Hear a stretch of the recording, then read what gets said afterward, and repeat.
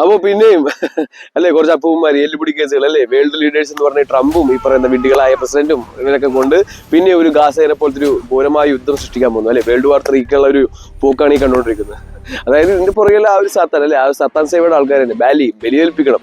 അപ്പൊ ഈ വിഡിത്തരങ്ങൾ ഇനിയൊന്നും എനിക്ക് ഒട്ടും ഇഷ്ടമാത്ത കാര്യം തന്നെ. അതായത് വേൾഡ് വാർ അല്ലെ വാർ എന്തിനാണ് യുദ്ധങ്ങൾ? അപ്പൊ യുദ്ധങ്ങളെല്ലാം ഒരുപാട് കഴിഞ്ഞു. അപ്പൊ ഈ യുദ്ധം വേണ്ട. അതെല്ലാം ഞാൻ ഒരു 8/8/2025 തന്നെ ഞാൻ എഴുതിയിട്ട്, അതായത് കർമ്മയുടെ ഒരു പോളിസി ഞാൻ പറഞ്ഞില്ല, യൂണിവേഴ്സ് തിയറി വെച്ചും കർമ്മയുടെ തിയറി വെച്ചും അതോടൊപ്പം തന്നെ വേദങ്ങളുടെ തിയറി വെച്ചാണ് ഞാൻ ജീവിക്കുന്നത്. അതായത് ഈ പറയുന്ന ഭഗവത്ഗീതയിലെല്ലാം ഇതെല്ലാം പണ്ട് തന്നെ പറഞ്ഞിട്ടുള്ള കാര്യങ്ങൾ തന്നെയാണ്. ഓക്കെ, അപ്പൊ എന്നെ സംബന്ധിച്ച് നോക്കുമ്പോൾ ഇതെല്ലാം പ്രൊഡക്റ്റബിൾ തന്നെയാണ്. അപ്പൊ പ്രൊഡക്റ്റബിൾ ആയ കാര്യം മാറ്റേണ്ട സമയം എത്തി. ഓക്കെ, മാറ്റേണ്ട സമയമാകുമ്പോൾ മാറ്റണം.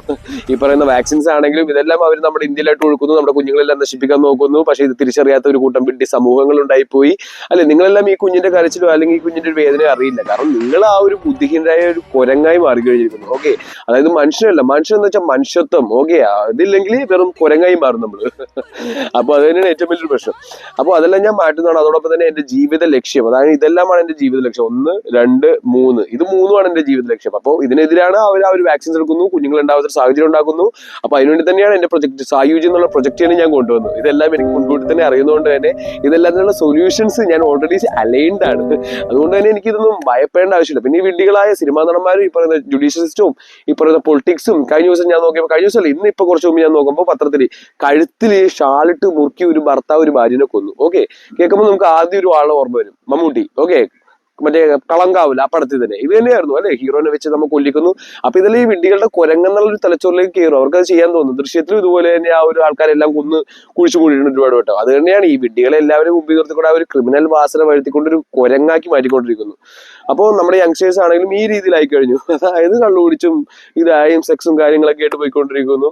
അപ്പോൾ ഇതെല്ലാം അവര് തന്നെ മാനിപ്പുലേറ്റ് ചെയ്യുന്ന കാര്യമാണ്. ഓക്കെ, പക്ഷെ നമ്മുടെ സനാതന ധർമ്മം അങ്ങനെയല്ല. ഞാൻ പറഞ്ഞില്ലേ, ഞാൻ ധർമ്മത്തിനെയും സത്യത്തിനെയും ന്യായത്തിനെയും നീതിനെയും മുറുകെ പിടിച്ചുകൊണ്ട് തന്നെയാണ് നിങ്ങളോട് സംസാരിക്കുന്നത്. ഒന്ന് ആലോചിച്ച് നോക്കൂ, ഞാൻ എല്ലാവരും എതിർക്കുന്നു അല്ലെ. പൊളിറ്റിക്സിനുണ്ട്, ഈ പറയുന്ന പ്രസിഡന്റിനെയും പ്രധാനമന്ത്രിനെയും പോലീസിനെയും ബാങ്കിനെയും സ്വന്തം വീട്ടുകാർ പോലും എനിക്ക് സപ്പോർട്ട് ചെയ്യില്ല. എന്റെ കൂട്ടുകാരില്ല ഈ വീഡിയോ കാണുന്ന നിങ്ങൾ പോലും ഒരു ലൈക്ക് പോലും ഷെയർ ചെയ്തും സപ്പോർട്ട് ചെയ്യില്ല. പക്ഷെ ഇതെല്ലാം ഞാൻ ശുദ്ധമാക്കുമെന്നും പരിശുദ്ധമാക്കുമെന്നും പറയുന്നു.